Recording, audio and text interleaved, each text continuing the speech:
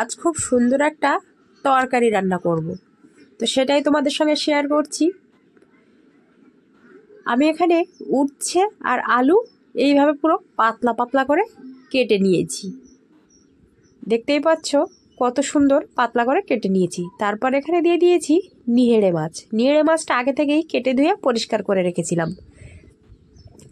এই উচ্ছে আর নিহেড়ে মাছ দিয়ে হাতে মাখা তরকারিটা ভীষণ মজার হয়। আমি প্রায় করে খাই, তো সেটাই ভাবলাম তোমাদের সাথে শেয়ার করি।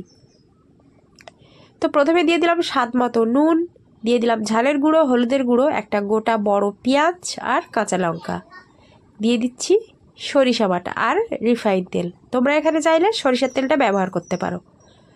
এবার এটাকে ভালোভাবে হাত দিয়ে মেখে নিতে হবে। উচ্ছে এইভাবে নিহেড়ে মাছ দিয়ে খাওয়ার অনুরোধ রইল, আর নিহেড়ে মাছ উচ্ছে দিয়ে এইভাবে খাওয়ার অনুরোধ রইল। ভীষণ মজা হয় হাতে মাখা এই উচ্ছে আর নিহেড়ে মাছের তরকারি। এবার আমি এখানে একটু পানি দিয়ে দিচ্ছি। পানিটা তোমরা কেউ নোংরা ভেবো না, এটা শিল ধোয়া পানি। আমি সবসময় মশলা বেটে শিল ধোয়া পানিটা তরকারিতে ব্যবহার করা পছন্দ করি, তাতে টেস্ট ভালো আসে। তারপর চুলো ধরিয়ে বসিয়ে দিয়েছি কড়া। 1 থেকে 2 মিনিট পর এইভাবে ফুটে উঠেছে। আমি এখানে বেশি আর পানি ব্যবহার করব না। মাছে থেকে যে পানিটা বেরোবে আর যে পানিটা আমি দিয়েছি তাতেই সমস্ত সবজি সব কিছু সিদ্ধ হয়ে যাবে। তোমরা আমার ভয়েসটা শুনে বুঝতে পারছো ভীষণ ঠান্ডা লেগেছে, একটু কষ্ট করে বুঝে নিও কথাগুলো।